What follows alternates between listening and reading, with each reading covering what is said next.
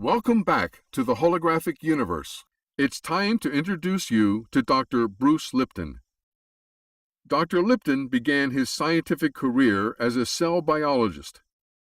He received his PhD from the University of Virginia before joining the Department of Anatomy at the University of Wisconsin's School of Medicine in 1973. In 1982, Dr. Lipton began examining the principles of quantum physics and how they might be integrated into his understanding of the cell's information processing systems. And he discovered that the brain of a cell is not in the nucleus, which is what I was taught in school, but in the membrane, the outer surface or skin of the cell. His website says his research at Stanford University's School of Medicine between 1987 and 1992 revealed that the environment operating through the membrane controlled the behavior and physiology of the cell. His discoveries, which ran counter to the established scientific view that life is controlled by the genes, gave rise to one of today's most important fields of study, the science of epigenetics. Many subsequent papers by other researchers have since validated his concepts and ideas. Epigenetics is to biology what quantum physics is to physics. It has turned our age-old understanding of biology upside down. Or, as I've put it many times already, the opposite of what we have always believed is true. From epigenetics, we now know our perception of the environment controls our DNA, not the other way around. We're going to watch 3 video clips from Dr. Lipton. In this first video, he's also going to give you a short perception test.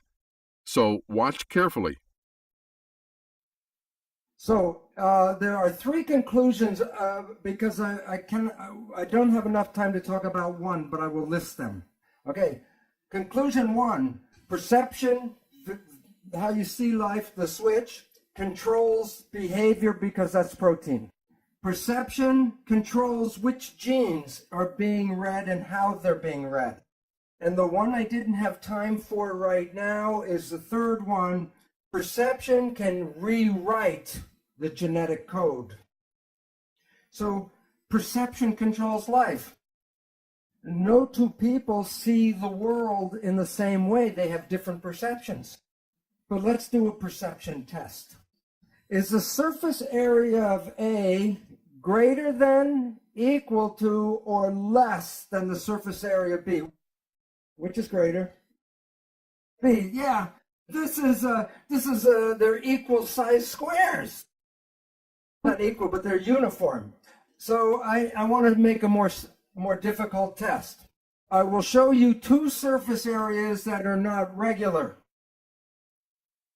You must, with your mind, see which is bigger. Which has more surface area, Europe or South America? The answer is South America. South America is 2 times larger than Europe. Twice as large. You can see that, right? Map is wrong. This is the Mercator map. It was made by Germans. Where did they put Germany? Deutschland is in the dead center. Isn't the equator the dead center? This map is wrong. You want to see the correct map? It's called the Peters projection map. Which is larger, South America or Europe? The point is that you learn perceptions.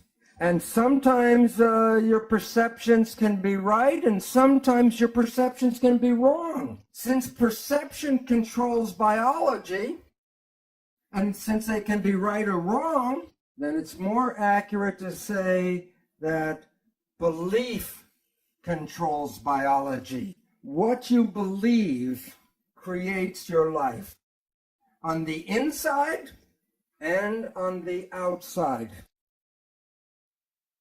If there was one thought I would pick out of that video to remember, it's this. Perception controls life. Sometimes your perceptions can be right, and sometimes your perceptions can be wrong. And since perceptions can be wrong, it is more accurate to say that beliefs control biology. What you believe creates your life, on the inside and on the outside. Dr. Lipton is going to use an example called the placebo effect. Placebo is normally used as a medical term, meaning a patient is given something neutral, like a sugar pill, and yet it makes them feel better. There is no chemical reason in the placebo for it to have any effect at all on the body, but it does somehow. That somehow is because the patient believes it will, and nothing else. It is the patient's belief that changes their biology and their behavior. But this placebo effect does not have to be limited to medicine or pills. In fact, it is in operation a lot of the time as we, the players, believe something, anything, is good for us that is actually neutral, and yet it makes us feel good or better. This, of course, is true for all homeopathic remedies as well. Homeopathy is still based on a belief that taking something from out there, natural though it might be, will have an effect in here. The other side of the coin, and not nearly as well known, is the nocebo effect. This is when a patient, or a player, believes something, anything, that is actually neutral is harmful to them, and it makes them feel bad or worse, when in fact there's nothing in the nocebo that can hurt them at all. Take a look. Now, we have heard of something called the placebo effect, right? The placebo effect is when you have a very positive thought that something can heal you, even if you don't know it, but it's a sugar pill, but you believe it's the real medicine, then you can heal yourself with that. So the pill didn't heal you, it was the thought that healed you. Statistics reveal that 1/3 of all medical healings, including surgery, are the result of the placebo effect. Now, the issue is that the placebo effect is when you have positive thinking. There was a question this morning, what about negative thinking?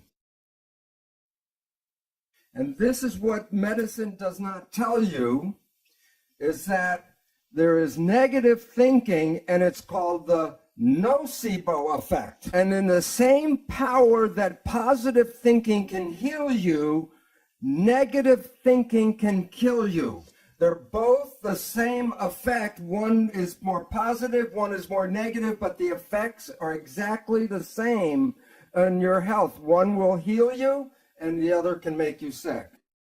If a doctor tells you you have a disease, or the doctor tells you you're going to die, and you believe the doctor because he's a professional, the belief will give you a disease and can cause you to die. So belief becomes an important part of medicine. Now, many of you have heard about the drug Prozac. Every year, billions of dollars are spent on buying Prozac. And here's a surprise, that the Prozac is no better than a sugar pill, so that it is a placebo drug. And yet the people who take it believe in the drug so much, it makes them better. So if you believe that something is good for you, it will be good. And if you believe that it's harmful for you, it will be bad. In the United States, in the South, there's a religious group called the Baptist Fundamentalists. And this one group works themselves up into a state of ecstasy, religious ecstasy. And they believe God protects them. And so they will work with snakes, poisonous snakes like rattlesnakes, and they will even get bitten by the snake and nothing happens to them. Now look at this though.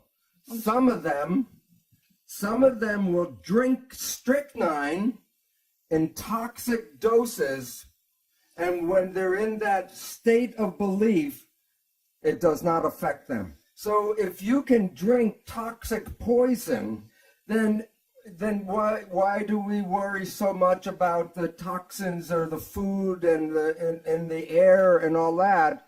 Because we have a belief that the toxins can kill us. And even on the cigarettes, on the package, it tells you this will kill you. But even though I know this, I will not drink strychnine. And why? Because my belief is not as strong as their belief.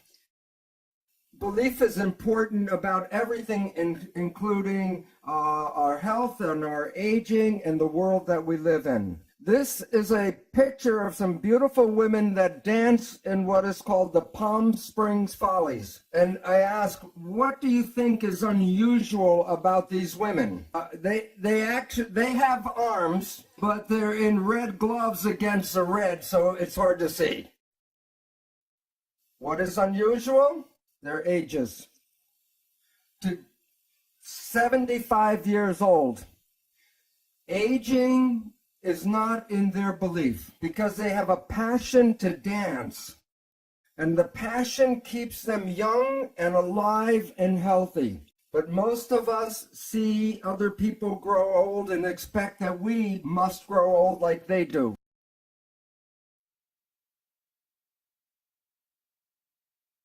In both cases, the placebo and the nocebo, it is the player's belief and not the actual experience that controls their perceptions and determines their behavior.